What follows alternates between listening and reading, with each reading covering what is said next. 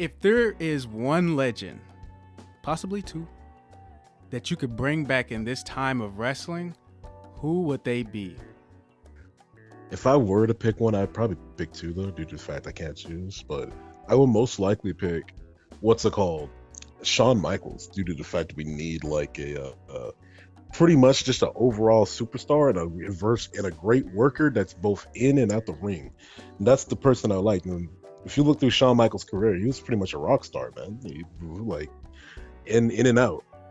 Whether it been back when he was on his, scumbag days or back when he became his Jesus days, it's like the dude is just solid 100%. And he can put on a good match with a lot of people. He has one of my favorite matches out there, which is Shawn Michaels versus Shelton Benjamin on a regular Monday Night Raw taping, of all things. Mm-hmm. And on top of that, the dude is just a superstar, man. Really and on top, yeah, it's crazy. As you get into a rivalry with Shawn Michaels, you get elevated. It's not the other way around. Mm-hmm. Whether you beat him or not, you're going somewhere. And that's what I like about him. If I were to bring another wrestler back, right, just to have another just dude out there, mm-hmm. I would love to have a modern day Ric Flair, because he would be talking that mess to everybody and probably getting some of the best crossovers we'll ever see. Because you couldn't keep his mouth shut for nothing. Can you imagine it though? A modern day Ric Flair talking mess to Conor McGregor. A modern day Ric Flair talking that mess to Donald Trump. Could you imagine that? It would be amazing. That's why I think we talked a little bit about this on a different podcast. I was like, could there even be a modern day Ric Flair? I thought Bobby Roode was possibly because he looked like he was the modern day Ric Flair. If anything, like he had the design, he had the glorious and all that type of stuff. This is obviously when he was Bobby Roode on NXT and then became Robert Roode, but I thought he was possibly the one, but it seemed like the WWE kind of just like, as soon as he got moved, forgot about him. As soon as they moved him up to the main roster, just stopped giving him a push. Teamed him up with Dolph Ziggler. I don't know how that happened, but no. Remember they teamed him up with that one dude from America Alpha. God dang, they just really forgot about him.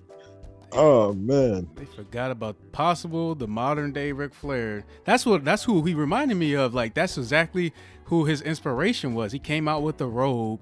He took in all the glory. It was glorious. His song, everybody on NXT, all the fans were singing to his song, and then they just moved him up and was like, that's the end of that.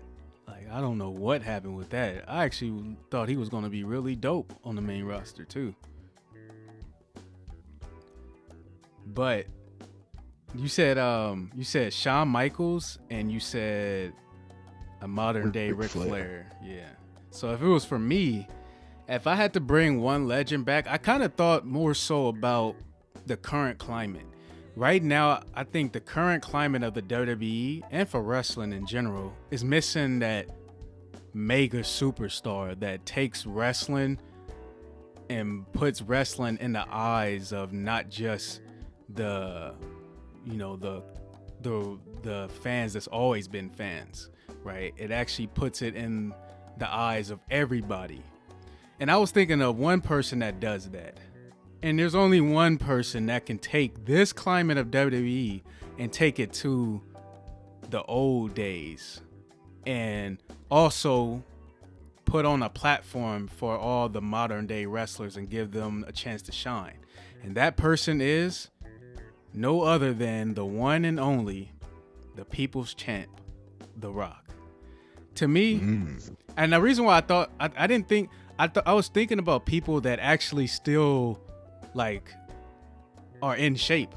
The reason why I didn't choose Shawn Michaels, not that Shawn Michaels is not in shape, it's just Shawn Michaels don't got that look anymore. Like he got the bald head and everything, and I'm like, I don't know, bringing that Shawn Michaels back, even though I think he's a great wrestler still, I'm like, he just is not gonna have the same feel.